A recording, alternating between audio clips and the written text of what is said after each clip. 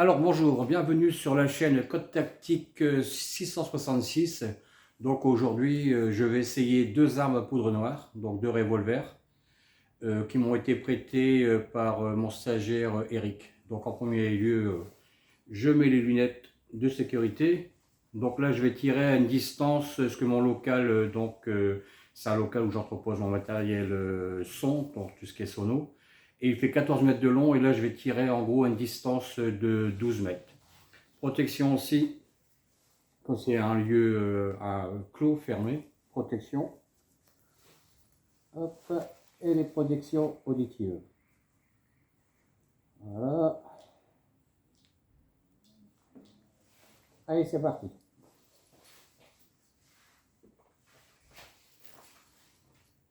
Alors, je rappelle que je suis tout seul dans le local, hein. Donc, on va commencer par celui-ci. Donc, je vous fais, j'ai bien protégé avec de la graisse. Voilà.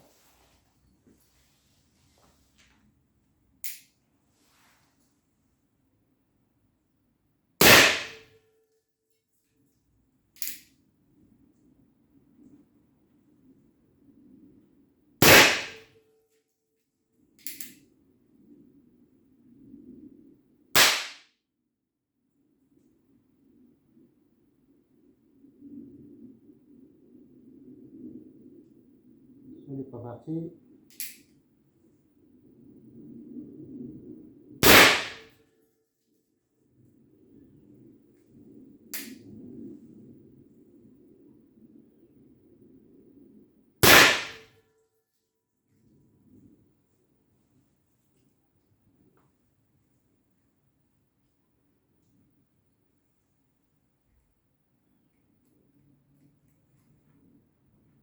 Bon, celui-ci, pas terrible.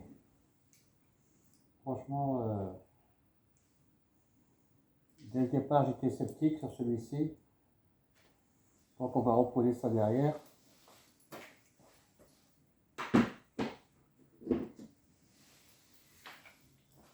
Alors, on continue avec le suivant. Ici, déjà, meilleure qualité, hein.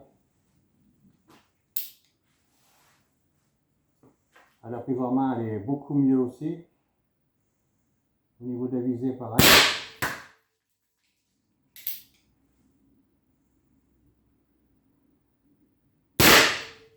Ah, c'est vraiment autre chose, hein.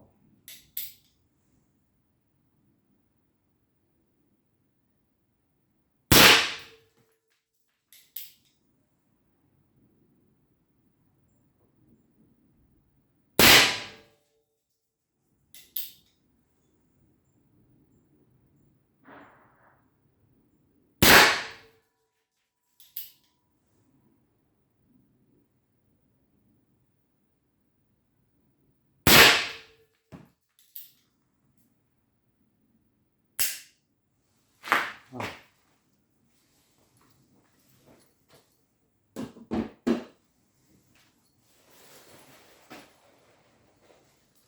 Donc, je vais aérer un peu le local.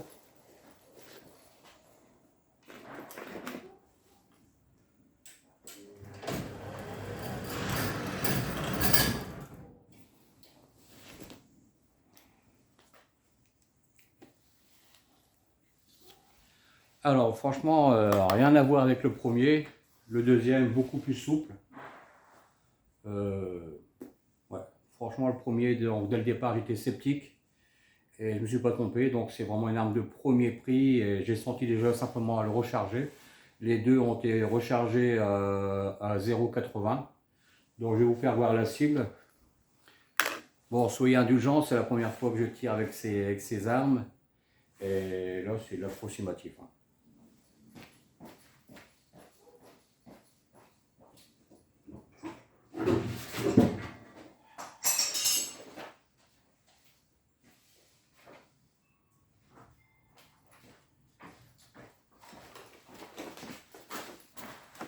Voilà le résultat.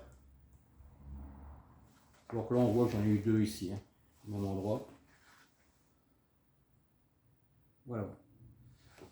Conclusion, franchement, le premier, dès le départ, pour moi c'était niet, je ne sentais pas vraiment.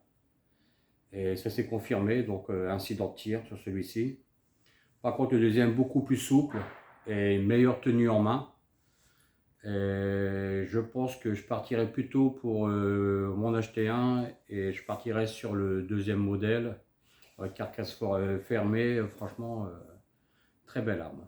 Ouais, pas déçu. Et sensation très bien. Bon, chargé au minimum à 0,80. Ça fait quand même une belle petite flamme, hein. Voilà, sur ce, je vous dis à bientôt pour une prochaine vidéo. Et je pense qu'on fera une vidéo donc en extérieur, sûrement en forêt.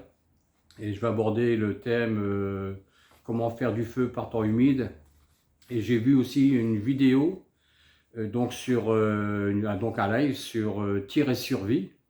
Et donc un intervenant qui parlait qu'il avait déjà fait du feu avec de la glace, donc avec des glaçons.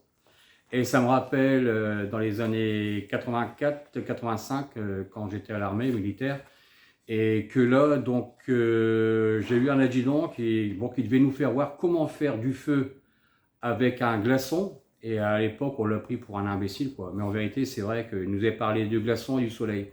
Et c'est vrai qu'avec des glaçons, on peut faire du feu. C'est très compliqué, très long. J'ai jamais essayé. Et apparemment, il faut quand même, bon, bien sûr, il faut du soleil, hein. Si c'est un temps nuageux, ça ne marchera pas, c'est certain. Donc il faut du soleil et un bon glaçon, de bonne glace transparente pour faire un effet loupe. Et on arrive à faire du feu, mais c'est très compliqué. Donc l'adjudant à l'époque, il avait raison. Encore merci à l'intervenant de tir et survie. Allez, je vous dis à bientôt, salut!